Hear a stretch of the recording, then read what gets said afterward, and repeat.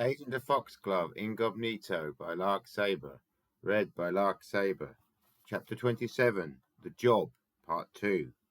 F.O.X.G.L.O.V.E. made himself known with a well-timed pounce, clamping down on Lucky with outstretched paws and unsheathed claws.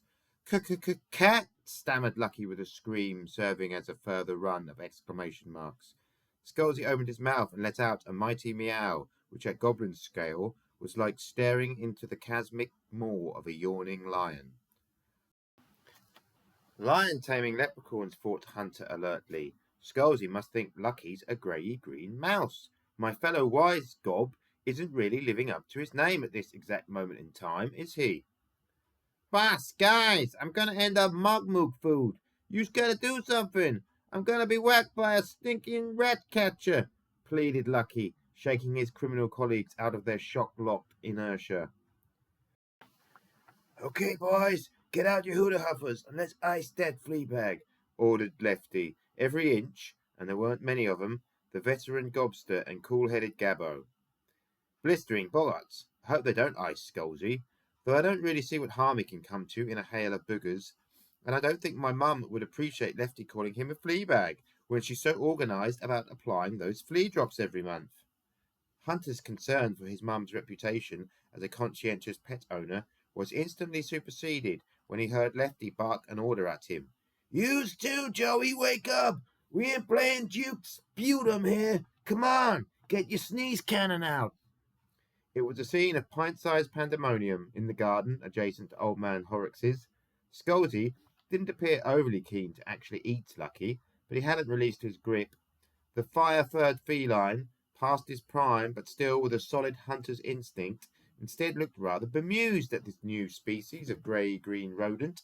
Perhaps F.O.X.G.L.O.V.E. was wondering why his latest catch prattled on so incessantly, quite unlike the usual terror-gagged mouse, a thought which had similarly crossed Hunter's mind as Lucky started loudly praying to the spirit of King Oddbin, promising to renounce his life of crime if only he wasn't destined to be Godber-flavoured kitty cat. Whilst Lucky was making plea deals for his life with King Oddbin, who may or may not have been listening in the Goblin afterlife, John Gobby and Lefty were busily firing booger bullets out of their hooter huffers, or sneeze cannons in Lefty's memorable goblingo. They placed the brim part of the tube upon one nostril, made a throat-clearing, snuffling, snorting, hoiking sound, which went on for ages, considering the urgency of the situation, and then a hard snot pellet would shoot out at high velocity. They then repeated the routine with the other nostril. The crusty booger bullet seemed to be annoying F.O.X.G.L.O.V.E., though not much more than a hovering fly might get on Hunter's wick at human height. Hunter decided he'd better give hooter huffing a try, even if just for appearance's sake, and he supposed he'd rather the hobby family pet didn't make Lucky a late-night lunchable, if it came down to it. The more suitors Sharona had to distract her from Hunter/Joey Pumpkins, the better.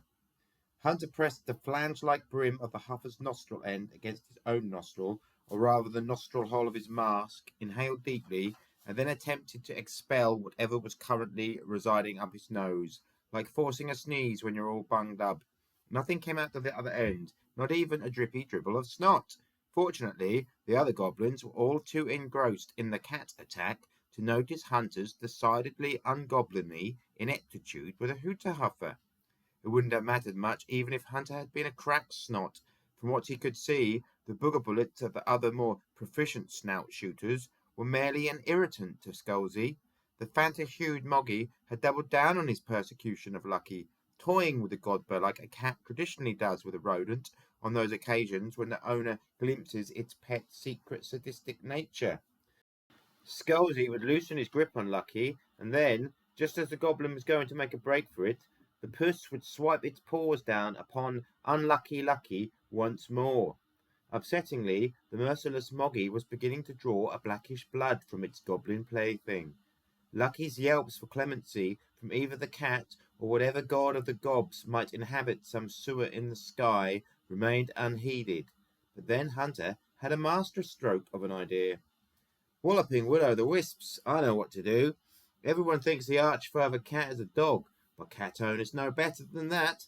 I hope this works, as I don't want anyone to be a F.O.X.G.L.O.V.E. snack, not even a Godber." Exhibiting the stealthiness that had become second nature to the boy over the course of the evening, Hunter darted over to the right of where F.O.X.G.L.O.V.E sat, his grey-green, whimpering prey still snared by the weight of his paws.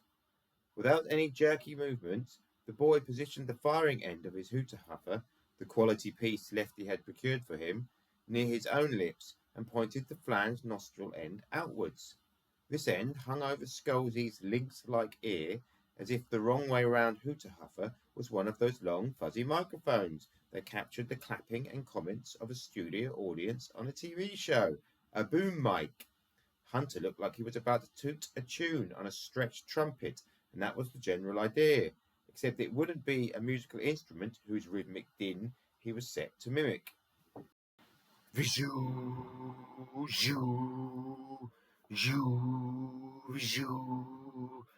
Being secretly human and cohabitating with a cat, indeed this cat, Hunter knew that the sound F.O.X.G.L.O.V.E and most cats hated more than any other was the noise of the hoover. So it was precisely that booming, zooming, zhuzhy noise the boy was attempting to replicate through the makeshift didgeridoo he'd improvised out of the hooter huffer. And you know what? It worked like a dream, like the masterstroke of an idea that it was. Quick as a ginger flash, like a cheetah cub in an orangutan's coat, F.O.X.G.L.O.V.E was off, instantly losing all interest in Lucky. Lucky collapsed into a trembling, gibbering, grey-green heap on the grass, where his flesh wounds dripped a few viscous spots of tarry goblin blood. Hunter's Hoover impression had been passable enough to pass muster, just like his goblin impression, so far. To be fair, it wouldn't have to be a tremendous through to the finals of Britain's Got Talent level impersonation of a vacuum cleaner to spook F.O.X.G.L.O.V.E anyway. The hobby's Moggy really despised the merest Rupert of a Hoover. Molto fantastico, Joey! Bravo! You're not just a wise gub, but a smart guy too. You saved that mooglin's life. Out of sight, praised Lefty, running over to shake Hunter effusively by the hand and completely forgetting to check on Lucky's condition. Yeah, you're a tough guy, Crazy Joey. A real piece of work. That was really something. How'd you know what to do with that mug-mook? Congratulated John Gobby, again rather oblivious of Lucky, who was getting to his feet wobbly, still hyperventilating. Oh, there's tons of mog-mooks in the big city, so we've learned how to get them to scat. We call that technique the goover, or goblin hoover, replied Hunter off the top of his head. The goover, eh? Gotta tell the boss about that one. Yous big city gobs got a lot to teach us little whiffly crumb bums, eh? The goddamn goover. Chuckled Lefty, again mightily impressed by Joey Pumpkins and his big city ways. Hey, yous guys, don't forget about your boy Lucky over here, snivelled Lucky as he limped over to the others, still shaken but shaking off the fright of his life, though it would never be forgotten. Hey, Joey, how can I ever repay you? We're brothers for life now, you hear? Blood brothers. You can have Sharona. I won't stop you dating her. I know she's sweet on me, but forget about it. I'll be your best cop.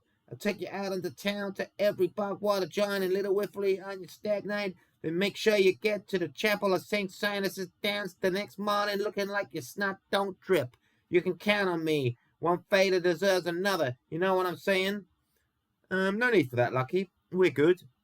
The Mobolino crew's got to stick together, eh? Kid, the Mobolinos never stick together. It's a gobby-gob world out there, said Lefty ruefully. Now get yourself straight, Lucky. We still got a job to do.